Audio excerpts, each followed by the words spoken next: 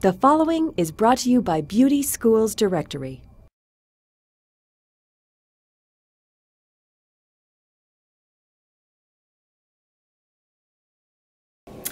I'm Michelle. I am currently a master stylist and advanced trainer at Beauty Brands, and I have been a cosmetologist for 8 years.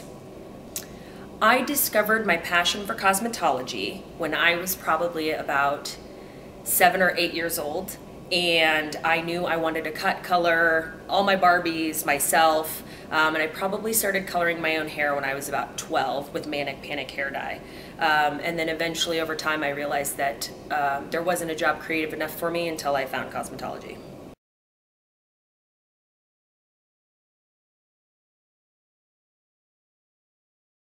A great question when you're a cosmetologist, because I actually got my training at what was Superior School of Hairstyling in Olathe, Kansas, and it is no longer. It was bought out by Zanon, which I hear is also a great school. I will tell you that I traveled to Topeka and looked at their schools, and I even looked in California as well. And really my deciding factor for where I went was diversity. I wanted a school and a cosmetology school that offered not just a specific clientele that you'd get, but a little bit of everything.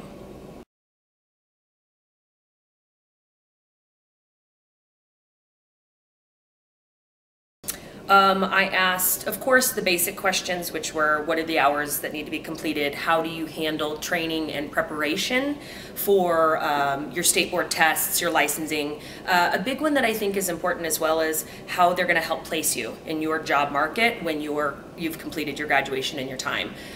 So I asked all of those questions, as well as their full-time, part-time hours, how they work that, you know, just the basic things of life so that you can kind of create a life around school if you have to. And then I also just what types of services they got, you know, as walk-ins when you're out on that floor. Did they do just highlights, just haircuts, a lot of relaxers, just perm sets, so that I could kind of get my hands into everything and get the best education I thought I could. To become a master stylist with the company I work with, it's kind of a tiered level, and the requirements are pretty much the same across the board. So it all focuses on really your clientele is the biggest part, meaning how many people you see on a regular basis that come directly to you as a request. That's a huge portion of it. The other portion really with the company I work for is your dollar per hour, so what you're doing per hour while you're there. And I do work for a commission-based company, so it's if you're not doing a service, then you're not ringing anything to make money on. It's not an hourly wage. And then the other is our education. You have to have advanced education requirements, meaning business building, advanced cutting and color techniques to build up to that requirement and have a certain percentage of request for yourself to be able to maintain master stylist. I've also been a master stylist for 3 years now, so I've worked throughout Beauty Brands to be able to earn that title.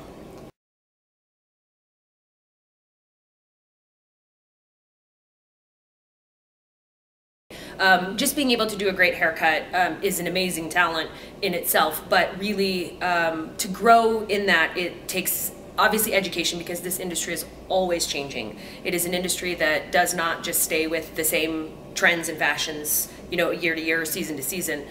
So that's kind of our goal with the education team, is to bring those things and educate people in those so that they can create a better career throughout that time period and then advance themselves in that way as well. So things outside of just the technical piece, I think that people think I have to be really good at doing haircuts or specialize in color. Those are great things, but there are, which I'm very passionate about, is education, continuing that and your passion for that, keeping up with trends. And I think a big portion of it is, I'm a huge stickler for consultation, because to me that's where this business starts, is in the communication, and it's an agreement and you both have to agree on what's going to happen.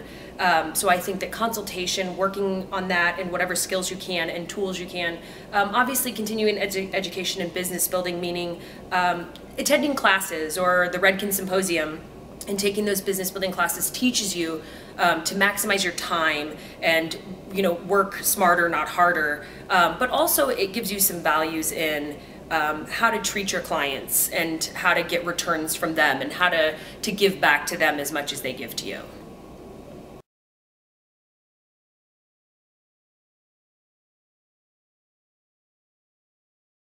I have to tell you, when you graduate cosmetology school, you're so excited and ready, but at the same time, it's terrifying.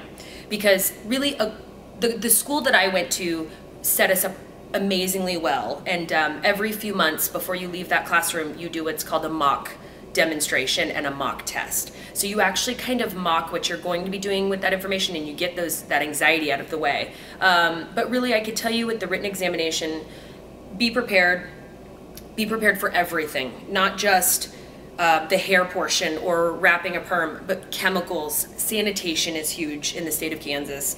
And just be prepared your nail exam, because that is part of a cosmetology license, is nails and skin and waxing. Just know everything. Don't be too nervous, because it is a multiple question test, and just really go in there and study before you go if you're not a test taker like myself, and just be ready to kind of do it, and have every tool you possibly can in your tool belt and ready to take that test. I'll tell you, the written was not as terrifying as the practical was.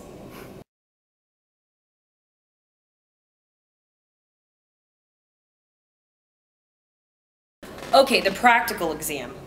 Preparation for that, if I could give you key points with practical examination, would be over-prepare. Truly over-prepare. If they say to grab 3 of something, grab 5 of them. And I will tell you, at least in the state of Kansas, with your practical exam, sanitation is the biggest focus, also kind of the biggest portion that they're looking at. So just make sure. The other thing I would tell you that I think is a misconception when you do your practical is that you have to finish everything, and you don't necessarily have to finish it. They'd rather see it done right than have it be finished. So I would tell you that there's no getting rid of the anxiety. It is the most terrifying experience of your life, it seems like, and you go in 2 hours, you're sweating, and then you still don't know directly afterwards. But I will tell you that if you took all your notes and you were meant to do this career and you're passionate about it, that you'll come over-prepared with your bag. You will label everything, you will follow all sanitation, just listen to the directions, keep yourself calm, and you'll get through it, and in a week, hopefully you'll get that license that says you passed.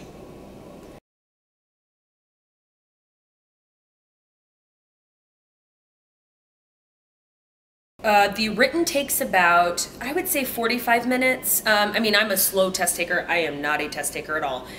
So it took me about 45, but you do get your results back immediately, and it's done very seriously. They check in, you're in a quiet room, you have headphones on, a gentleman checks you in, they check you out, and they do give you your results immediately. With your practical, I mean, you show up early, of course.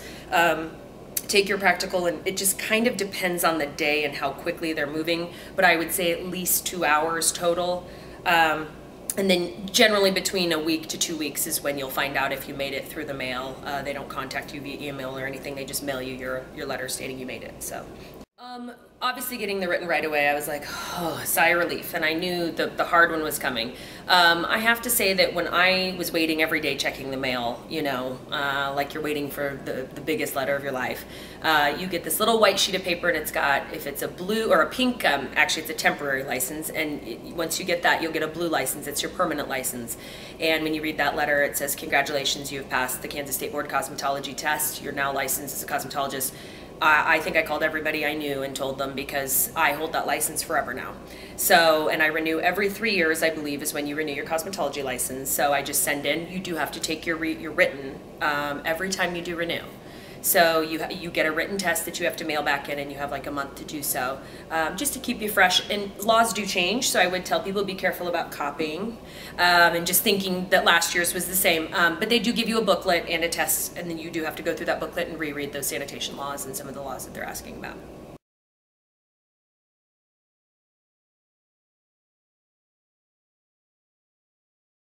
Okay, this is my most passionate subject, which is continuing education in this industry. Because this industry is forever changing, I think sometimes people get in a, I don't want to say a rut, but they get in a comfortable space with what they know how to do because they're best at it, quick at it, it gives them the results they want. And sometimes I think that I thrive as a cosmetologist in this industry because it's creative and it's always changing. So day to day, month to month, and year to year, there's always something new and bigger and better, or different even. And challenging those habits is the hardest thing that we have. And I think that sometimes that's what makes some of the best hairstylists is people who challenge those and try to become better or different or unique in that way. So to me, continuing education is a key piece to everything that we do. Keeping yourself up to date and networking and meeting people in different avenues, because this industry isn't just cutting hair, coloring hair. You can do platform artistry, you could do hair shows only, you could just do education in this field. So there's so many different avenues to go that if you don't have those tools in your tool belt, sometimes it kind of limits what it is that you can do or where you're going to go.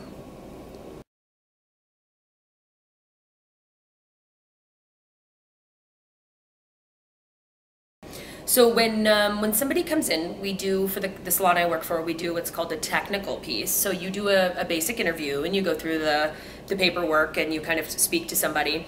And then if they're interested and the schedule works out, they ask you to come back and do what's called a technical. What that is it shows us not so much your ability, but your timing. Do you understand Redken color? Because the salon I work for utilizes Redken color. Can you formulate, mix, apply in a timely manner? You know, how was the haircut, the blow dry, and the service itself?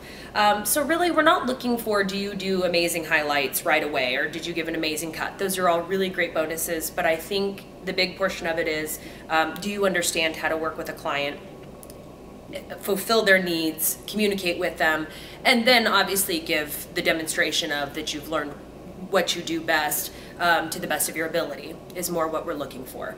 And really, honestly, after you do your state board test, your actual demo, the practical there, you won't be terrified to do a practical in a salon because it's really just kind of showing people, and you work with a model most of the time, you know, and if you don't, then it's even better.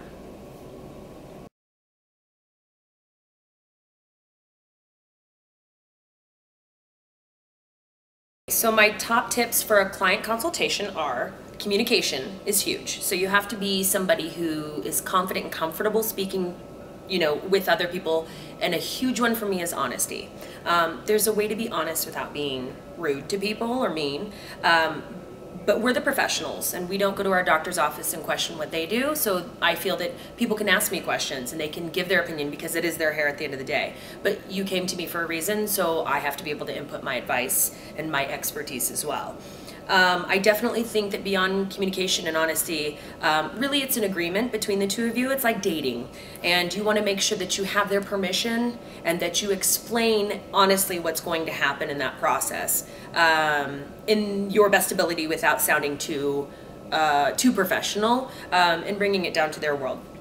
And I think that a lot of times people fear being too honest or just do what people ask, even though it's we overpromise and underdeliver.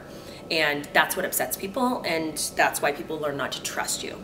So really building a relationship like a dating relationship, it's trust, it's honesty, it's communication, and if you have those huge key pieces, you're on your way to an amazing consultation. And for those people who are not great at consultation or even starting in this industry, the tool that I would highly recommend is Redken's Art of Consultation, and they can actually order it on redken.com. And it's a toolkit that you get, and it actually has a sheet that walks you through questions that should be asked to provide the best experience possible for each and every client. So that would be definitely a huge tip I could give people that are just starting out, or even been in the business and feel like you're lacking in consultation or you need some extra help with that. It just kind of walks them through and you through what's going to happen and what may best suit them for that experience.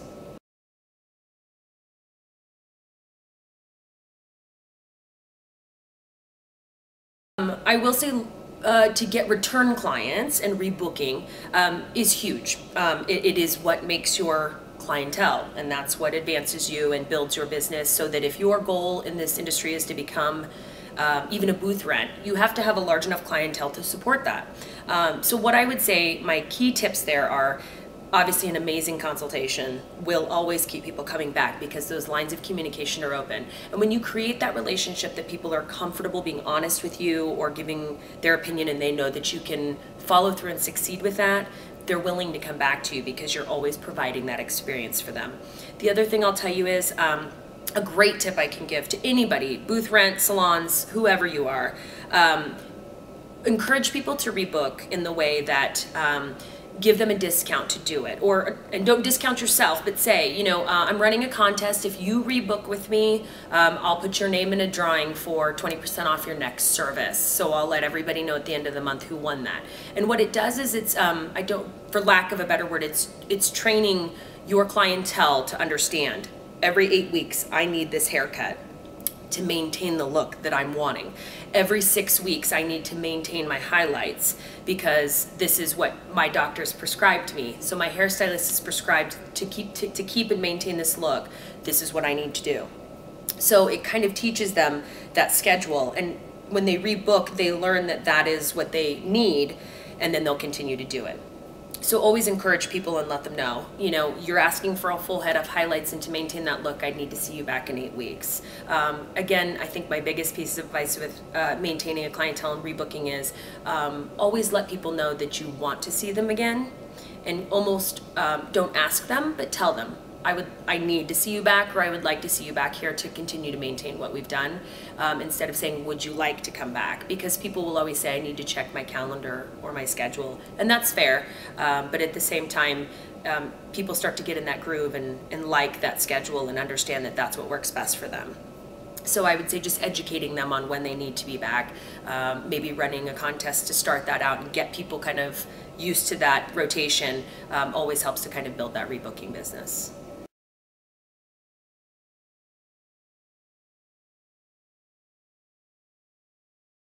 What inspires me daily? Everything. Everything from Launchpad magazines, Modern Salon, Allure magazines. You look at everything in the world, you know, the TV, the magazines, everything, and it kind of inspires you. But I'll tell you that being inspired by celebrity hairstyles takes you so far before you want to create outside of that box and expand on it.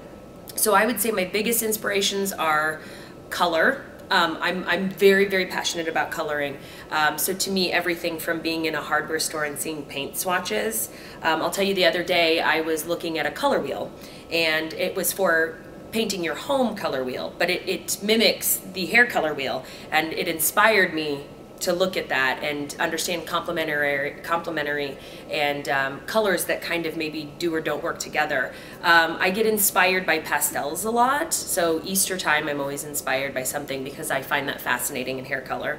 And then just everything science is inspiring to me because the science of hair color has come so far in the world from when even I first started, which isn't, I know people who have been in this industry for 20 years who have seen this hair color world change, but even in the last 8 years, it's been amazing. And what else inspires me is other people like me, other hairstylists, people who are passionate about their careers and love what they do, inspire me. And I'll tell you that a lot of the motivational speakers inspire me in the way of teaching people how to communicate with others, because I think that sometimes that's where people lack. Their talent is amazing technically, it's just that they're missing a piece, and sometimes it's that, or vice versa. So I would definitely say that it's an everyday world for me of inspiration, but definitely other artists.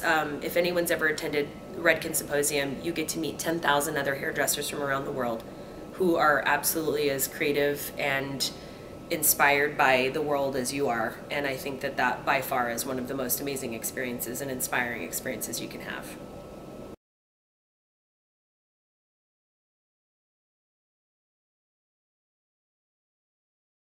My top 3 tips for a person who is either entering this amazing world of cosmetology or considering entering the world of cosmetology.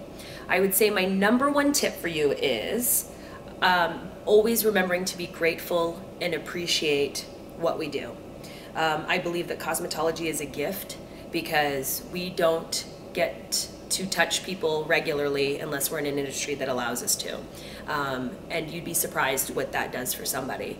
So I would say always be grateful to your clients, to your coworkers, to your educators, but definitely your clients. Be grateful to those people for building a relationship with you, and always appreciate them. Because they are the people who create your livelihood, fuel your passion, and they are also the people that share their lives with you on a day-to-day basis. I would say that my second tip would be patience, And I say patience because I know that for me, I wasn't great at everything in the cosmetology field, and I struggled with some of those things. And patience, it takes patience to get through school, trust me. It takes patience to take all of that you learned and take a written and a practical test, and then it takes patience to build a clientele in this industry. And I meet a lot of people who are just starting out working at the salon who get so frustrated and give up because they're not making tons of money and have a huge clientele right away. But if you express your gratitude and appreciation and your passion and you give it a little patience, you'll be amazed at how successful you can be. And my last tip would probably be education. I am passionate about education and can't stress enough how much continuing that. Every little thing counts, even if it's just hanging out with somebody at the salon who is great at something that you want to be great at. So don't ever stop practicing, don't ever stop learning, don't ever stop looking through magazines and books or even watching free videos on the web.